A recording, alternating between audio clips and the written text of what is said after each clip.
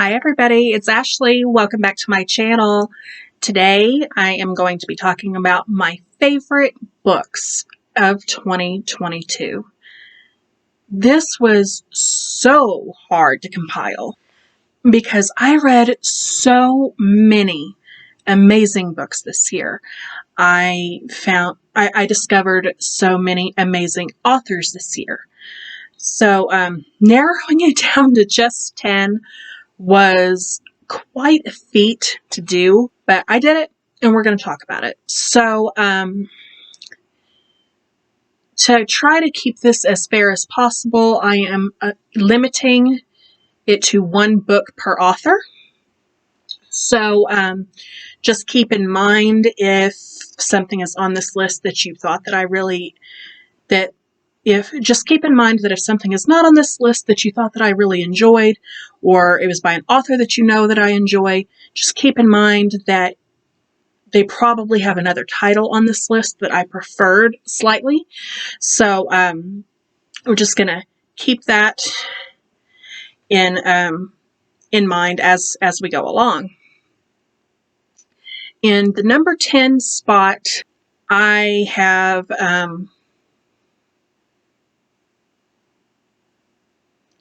Final Girls by Riley Sager. I know that this book did not come out this year. This is Riley Sager's debut novel, but I only read it this year, and it brought a lot of spark back into the fold for Riley Sager for me. Before this one, I had only thought he was okay. I had read Home Before Dark last year, I think, and I really, really enjoyed it, but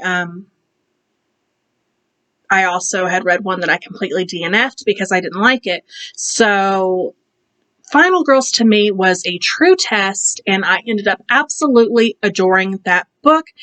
In that book, we follow a woman in a past timeline and in a present timeline, and she has completely blocked out this massacre that happened 10 years before with her friends. It was very slasher-like. She was the only survivor, and she got dubbed by the media as a final girl, and kind of builds up this bond with a couple of other girls that went through their own massacres and were also labeled final girls. And this is kind of a spin on the trope from horror movies where the last girl standing is classically referred to as the final girl.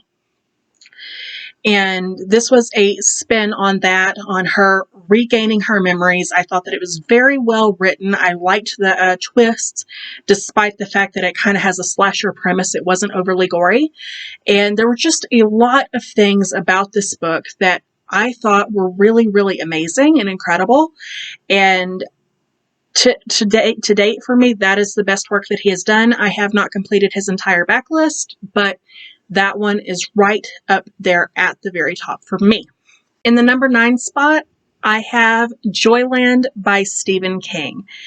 This didn't necessarily remind me of a typical Stephen King story, but it warmed my heart so much. It was so cute, so much fun, and we followed a young man who goes to work in a carnival in, I believe it was the 1950s, it might have been the 60s.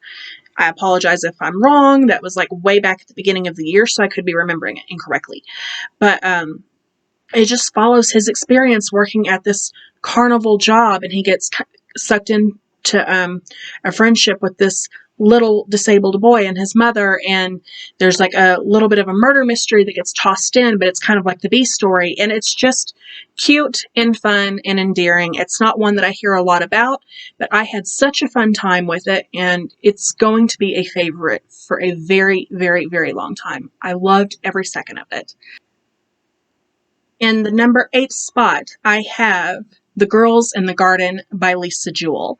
If you guys have been watching me for a while, you know that I love Lisa Jewell so much. I couldn't put her new release on this list. I was let down by it. It wasn't bad, but that wasn't the book to put on this list for me. For me, this list it had to be The Girls in the Garden. And this follows a pair of sisters who they move into this little small suburb type community with their mom, and they start making friends with like the neighborhood kids. and one of the sisters is attacked in the garden. And the way that this is all set up is all of the neighbors' gardens are like back to back, so it's kind of like a communal space. And one of the sisters was found essayed in this garden, and she's in a coma for most of the book. So we're trying to figure out what happened to her, and it just has such classic Lisa Jewell vibes. Her writing is impeccable. The story is interesting, like kind of going back in the timeline and piecing things together. And that is just the type of thing I love, because it turns it into a whodunit, which is probably my favorite mystery thing of all time. And this was just such a good story. I find it to be one of her most underrated, because when I first stumbled across this book, I had not heard one single word about it. And that was strange, because most of her books, like, you hear a ton of stuff about it. I had never heard anything about this one, and it's one of my favorites. So I absolutely love The Girls in the Garden.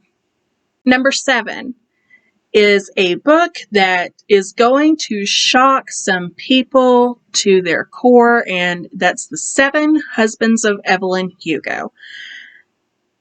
I know everybody is probably shocked that I hadn't already read this, but the hype on it was just so high for so long, and I was afraid of letting myself down, so I put off reading this one for a really long time.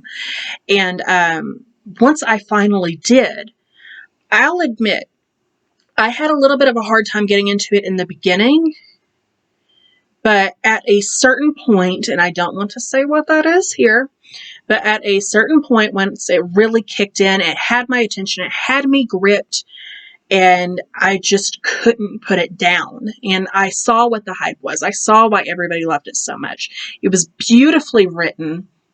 The characters were very well-rounded. Can we talk about Cecilia? I hated her. Why? I don't know. Maybe that's an unpopular opinion, but I could not stand that girl. So, but yeah, like, I just really enjoyed this book, and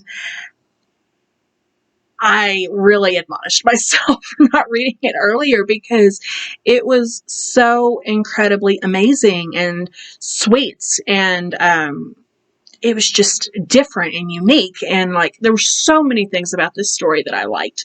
So far, it's the only Taylor Jenkins read that I've read, but I definitely plan on reading more. I'll be honest, I really don't have an interest in Daisy Jones and the Six. I've heard a lot of people talk about that. It doesn't sound like my type of thing. I have zero interest in that, but I might try Malibu Rising next, which I don't know that much about that one, and that's mostly why I'm saying that, because I can kind of go into it blind. But that is my feelings as of right now. Okay, number 6. This one was very hard to pick, because now we're getting up into like my authors that I enjoy the most things out of, and so it's like I've read multiple books by them this year, and so the spots were very, very hard to pick who went where, as well as which book to actually represent on this list. Number 6, I am going to say, goes to Gallows Hill by Darcy Coates, which I just read. This was so good and so creepy.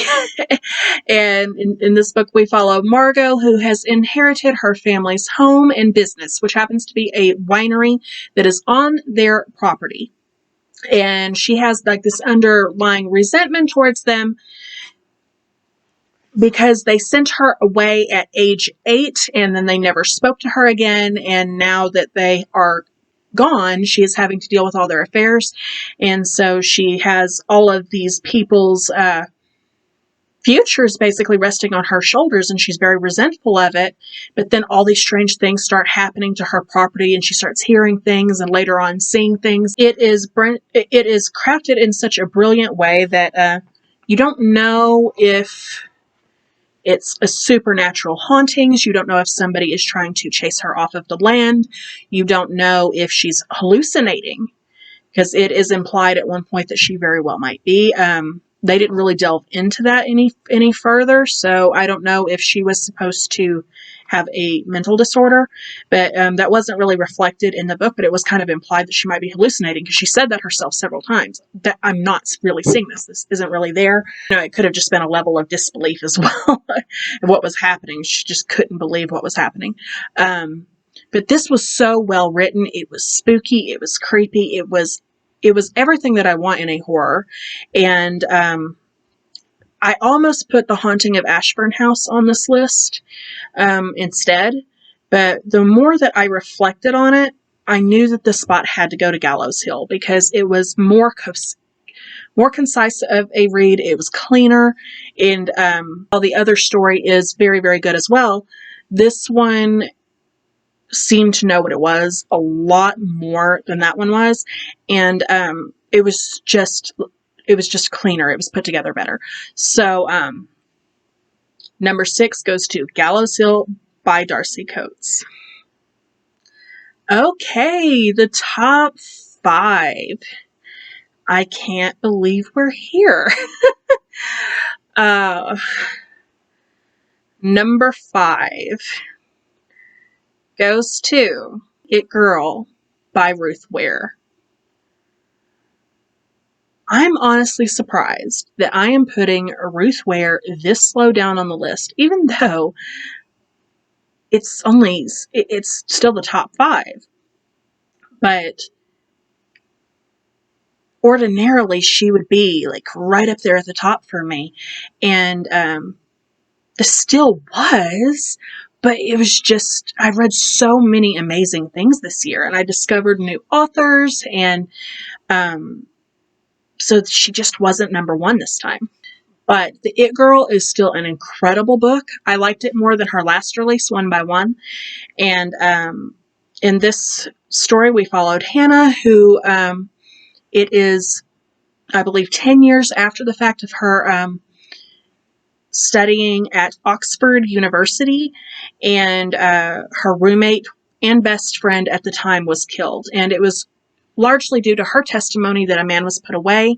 And now it's seeming to come across that maybe he was not responsible, and she's starting to question herself and trying to investigate everything herself to kind of put her mind at ease. It was very, very good. It was long. I will say that it was long, and it could be slow in parts. So it's not for everybody, but for me, I really, really was totally in this book. And one thing that I really liked about it was every single person had a motive. Even her closest, the tightest knit part of her group. Everybody had a motive. So it literally could have been anybody. And I absolutely loved that, because it kept me guessing. Every time we got a new revelation about somebody, I was like, oh, I wonder about this person because of this. And then you'd find out something else later that was like somebody else. And it kept me on my toes. And I really, really enjoy a read like that. Number 4, we have The Night Swim by Megan Goldin. This one is a heavy, hard-hitting book. So make sure if you read it that you check out trigger warnings, because you do need them. But in The Night Swim, we are following a woman who runs a true crime podcast, and she is covering a rape trial. And she receives an anonymous letter stating that this person's sister was murdered back in the 80s. I can't remember exactly which year. I'm sorry. And she wants her to investigate it for her podcast. And it's the same city, so it's like it's convenient because she's there. And she does get very intrigued by this case and starts looking into it. And we do bounce back and forth between the timelines. This girl's death was projected to be a suicide, and it's looking like it was a big cover-up. It's very, very sad, but it's beautifully written. It was intriguing. I liked watching the investigation of it. And it was it was hard to read in some spots, but it was such an important story, and I'm so glad that I read it. And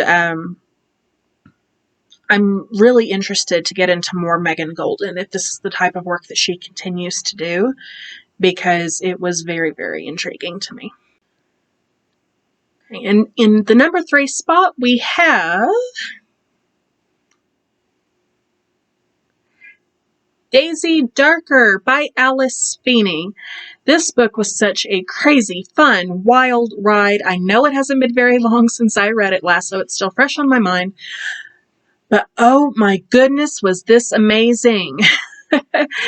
Daisy Darker, we follow the Darker family who are reuniting on Halloween for Nana's 80th birthday. They are on a little secluded island that cannot be accessed past high tide, and the clock strikes midnight, and people start to die. Every hour, it's another member of the family, and we are trying to piece together who's next, who's doing it, and why they're doing it. And despite it being a murder mystery, it is done in a very fun way. It's an adventure. It's an adventure. It's campy in spots, yeah, but it's fun. And oh, I just love this one so much. It is so good. Please read it. Number 2 would be Reminders of Him by Colleen Hoover. This was one of the very first books that I read this year, and it was my second Colleen Hoover overall. This is the one that got me started on my Colleen Hoover binge. I read so many of her books this year. I don't even know how many I read. And this one was just, it's the top for me. This follows a woman named Kenna after she has gotten out of prison, where she has been for 8 or 9 years, I believe. And this was for a hit-and-run accident that resulted in the death of her boyfriend at the time. And while she was in prison, she had given birth to a little girl. Now she is out, and she is trying to have a relationship with her daughter, but she's not really being allowed to. And this story was so sad and heartwarming. I felt for this woman so much, and just the characterizations in this were so good. It was so beautifully written. I cried so many times, and that by itself says volumes, because I do not cry very often when I read a book. It has to really, really speak to me. And this is another one that, of course, has stuck with me throughout the entire year. It has held up above and beyond everything else that she has done so far. And I just loved it.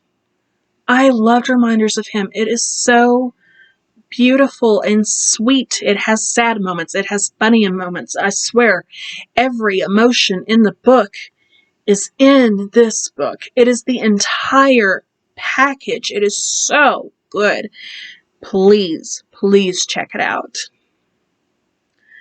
Here we are at number 1. Are you ready for number 1? I'm ready. It would, of course, be The Sundown Motel by Simone St. James. Is anybody surprised? I doubt it. I have been talking about this book for several months, and I have repeatedly said that it's my favorite book, and it has kept that title. The Sundown Motel, we follow 2 storylines, one following a woman named Vivian, and years later following her niece named Carly. And Carly is trying to figure out what happened to her Aunt Viv, because she just disappeared off the face of the planet. And we get to go in the back story and see Viv's point of view and actually kind of see what happened to her. And it's just so fun and so enthralling and so spooky. There's supernatural occurrences right off the bat. You know what it's going to be as we go along. And it was just so well written. It was so atmospheric. It was creepy when it needed to be creepy. It was mysterious when it needed to be mysterious. The characters were completely well-rounded and sympathetic. I loved especially Carly's timeline, because while she was doing her investigation, she was throwing herself all into it, honey. She got a job at the same motel. She even is staying at the exact same apartment. She is like trying to live Viv's life to figure out what happened to her. And that is a very interesting way to go about it, and I am here for it. I love this book. I think it is going to probably be a staple for around Halloween. I think I'd probably read it around Halloween every year. So incredible, so amazing. Pick it up today if you haven't already read it. The Sundown Motel by Simone St. James. Absolutely top tier.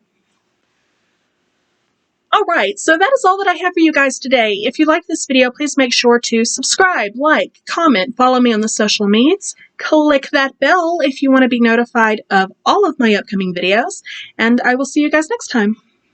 Bye!